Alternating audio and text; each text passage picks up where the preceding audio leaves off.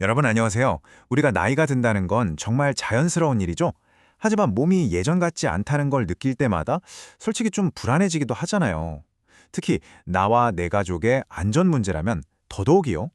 그래서 오늘 이 심층 해설 시간에서는 최근 발표된 새 메모 공식 지침의 데이터를 바탕으로 우리가 평소에 완전히 놓치고 있던 아주 중요한 연결고리를 하나 파헤쳐 보려고 합니다.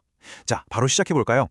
오늘은 미국 국립안영구소, 즉 NAI의 의학적 데이터와 질병통제예방센터, CDC의 물리적 안전지침, 이 두 개의 점을 쫙 이어보겠습니다. 자, 여기서 질문 하나 드릴게요. 눈에 생긴 질환이 우리 집에서 가장 큰 낙상 위험 요소가 될 수 있을까요? 네. 보통 집에서 넘어진다고 하면 바닥이 미끄럽다거나 다리에 힘이 빠져서 그렇다고 생각하기 쉽잖아요. 그런데 진짜 근본적인 원인은 전혀 엉뚱한 곳에 숨어 있을 수 있습니다. 도대체 어떻게 눈에서 시작된 문제가 거실 바닥에서의 아찔한 사고로 이어지는지 그 숨겨진 비밀을 지금부터 낱낱이 해독해 드릴게요. 먼저 일부 침묵의 시력 도둑에 대해 이야기해 보겠습니다. 바로 녹내장입니다. 이 녹내장이라는 녀석은요, 절대 요란하게 경고음을 울리면서 찾아오지 않습니다.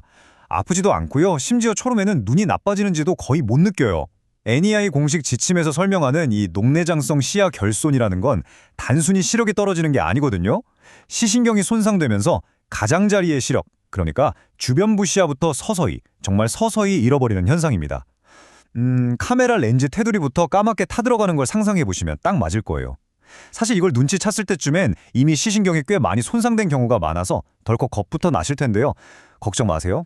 이 병이 어떻게 작동하는지 정확히 아는 게 그 두려움을 이겨내는 가장 확실한 첫걸음이니까요. 자, 이제 환자분들이 매일 겪는 현실 속으로 한번 들어가 볼까요? 정상적인 시력을 가졌다면 방에 딱 들어섰을 때 소파가 저기 있고 바닥에 리모컨이 있네? 하고 한눈에 쫙 파악이 되잖아요. 그런데 주변 부시야 결손이 진행되면 이른바 터널 시야라는 게 생깁니다. 왜 우리 휴지심 같은 좁은 파이프 안을 들여다보는 것처럼 정면만 보이고 양옆 그리고 가장 중요한 바닥이 시야에서 아예 사라져버리는 거죠.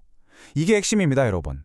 단순히 옆이 안 보인다는 게 아니라 내가 지금 발을 딛고 있는 바닥 자체가 안 보인다는 뜻이에요. 매일매일 발밑이 캄캄한 상태로 집안을 걸어 다닌다고 한번 생각해 보세요.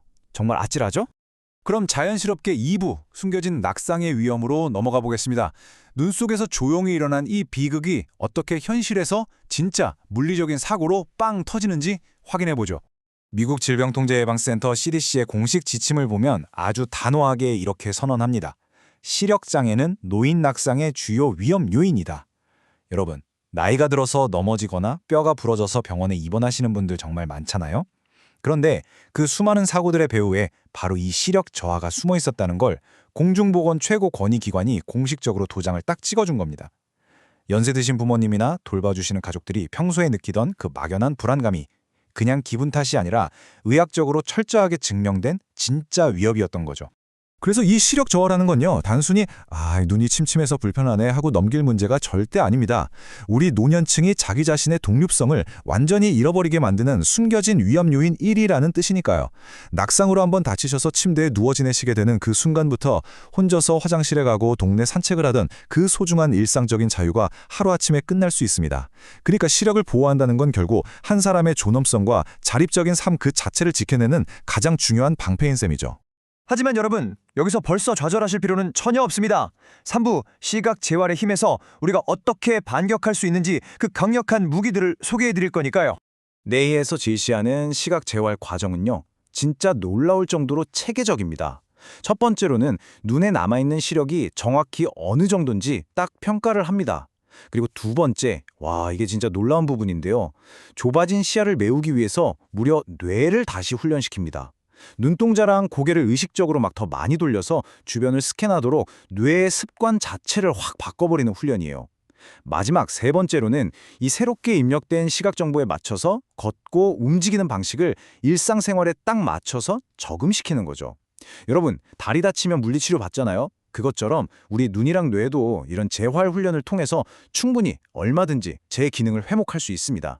이 문장 하나는 꼭 기억하셨으면 좋겠습니다. 시력은 순상될 수 있지만 독립성은 잃지 않습니다. 부모님 눈이 침침해지시는 걸 보면서 마음 아파하던 자녀분들, 그리고 점점 눈앞이 좁아져서 두려우셨던 환자분들 모두에게 정말 큰 위안이 되는 말이죠. 시각 재활 훈련이 바로 그 열쇠입니다. 이 훈련을 통해서 우리는 잃어버린 시야 주변으로 삶의 퍼즐을 다시 착착 맞출 수 있고요.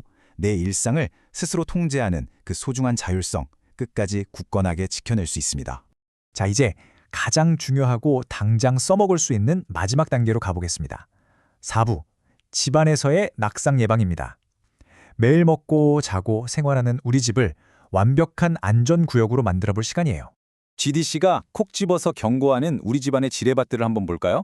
아까 제가 주변부 시야 결손이 오면 바닥이 잘 안 보인다고 강조했던 거 기억나시죠? 바닥에 덜렁거리는 러그 모서리나 무심코 툭툭 던져놓은 물건들, 바닥 시야가 좁아진 분들한테는 이게 그냥 치명적인 덫이나 다름없습니다. 게다가 어둡침침한 복도나 손잡이 하나 없는 욕실? 이건 뭐 그나마 남아있는 시력조차 써먹을 기회를 아예 뺏어버리는 거거든요.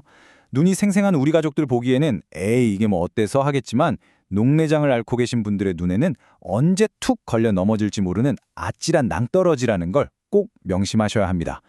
아니 그럼 당장 뭘 어떻게 하란 말이냐 하실 텐데요. 이번 주말에 바로 당장 실행하실 수 있는 구체적인 행동 지침 들어갑니다. 일단 바닥에 깔릴 러그 아예 치워버리시거나 정 쓰셔야겠다면 양면 테이프로 바닥에 착 완전 밀착시키세요. 그리고 집안 조명은요. 그림자가 안 지도록 밝고 환한 전구로 싹 다 교체해 주시는 게 좋습니다. 마지막으로 걷는 길목에는 진짜 단 하나의 물건도 뭐 양말 한 짝이라도 떨어져 있으면 안 됩니다.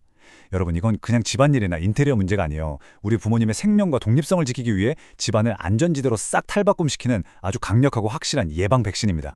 오늘 해설을 마무리하면서 여러분께 이 질문 하나를 꼭 던지고 싶습니다. 시력 상실은 여러분이 세상을 보는 방식을 바꿀 수는 있어도 올바른 조치만 취한다면 세상을 살아가는 방식까지 바꿀 수는 없습니다. 오늘 우리는 녹내장이라는 이 조용한 시력 도둑이 어떻게 낙상이라는 무서운 사고로 이어지는지, 그리고 재활과 환경 개선으로 어떻게 이걸 막아낼 수 있는지 점과 점을 쫙 연결해봤죠. 지식은요, 행동으로 옮길 때 비로소 진짜 힘이 됩니다.